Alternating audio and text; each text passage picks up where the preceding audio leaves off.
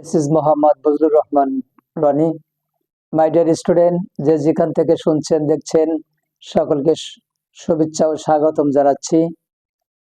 My dear বন্ধুরা, আজকে আমরা ক্লাস নিতে যাচ্ছি lecture number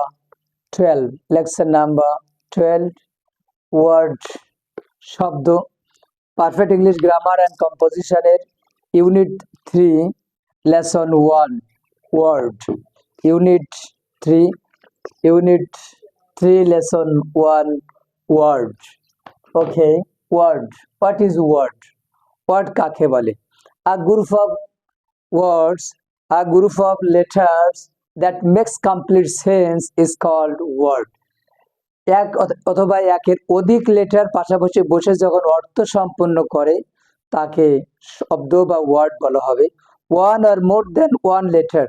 One or more than one letters which have meaning are called word. এক বা একাধিক লেটার্স মিলিয়ে একটি অর্থ প্রকাশ করে তখন তাকে ওয়ার্ড বা শব্দ বলা হবে। So, for example, cow. So, cow has a meaning. Cow, that means গরু. Cow, that means গরু। শব্দ হওয়ার জন্য যে বিষয়টা জরুরি সেটা হলো তাকে অর্থ থাকতে হবে।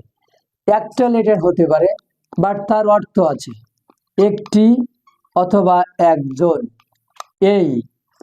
এইখানে এই অর্থ আছে একটি বা একজন, তখন সেটি ওয়ার্ড, কারণ তার অর্থ আছে। কন্ডিশন যে একটা হোক এবং একের অধিক লেটার হোক এটা ফ্যাক্ট নয়। Fact is that to have meaning, অর্থ থাকতে হবে, এটাই হলো বিষয়। তাহলে যে সমস্ত একের অধিক একটি বা একের অধিক লেটার পাশাপাশি বসে যখন অর্থ প্রকাশ করবে তখন সেটাকে ওয়ার্ড বা শব্দ বলা হবে। সো একটা হতে পারে, ফর এক্সাম্পল এই, একটি বা একজন। খাও, যদি আমরা COW খাও গরু, কিন্তু WOC ওক নো মিনিং, এটার কোনো অর্থ নাই, সুতরাং এটা কোনো শব্দ হবে না। শব্দ হতে গেলে তাকে অর্থ থাকতে হবে। ফর এক্সাম্পল গৌ যাওয়া, গৌ যাওয়া, এটা শব্দ, এটা একটা ওয়ার্ড। কেন? যার অর্থ হলো যাওয়া। কিন্তু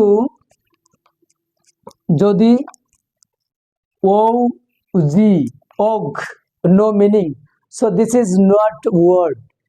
যত বড় হোক না কেন, অনেক বড় যদি হয় তারপরেও অনেক বড় কয়েকটা লেটারের সমন্বয়ে গঠিত, কিন্তু সেটা কোনো ওয়ার্ড হবে না যতক্ষণ পর্যন্ত না তার অর্থ না থাকবে। অনেকগুলো শব্দ থাকতে পারে, যেমন PNCOV, সো PNCOV অনেক কয়েকটা লেটারের সমষ্টি হওয়া সত্ত্বেও this is not word, but only two letter, three letter, only one letter, so it has meaning but it will be word. So what is the condition? Condition হলো আমাদের শর্তটা হচ্ছে অর্থ থাকতে হবে। সেক্ষেত্রে আমরা বলতে পারি কি, যে কোনো লেটার বা যে কোনো লেটার মিলিত হয়ে একসাথে ওয়ার্ড হতে পারে না যদি তার অর্থ না থাকে। অর্থ যদি থাকে তাহলে সেটা ওয়ার্ড হবে।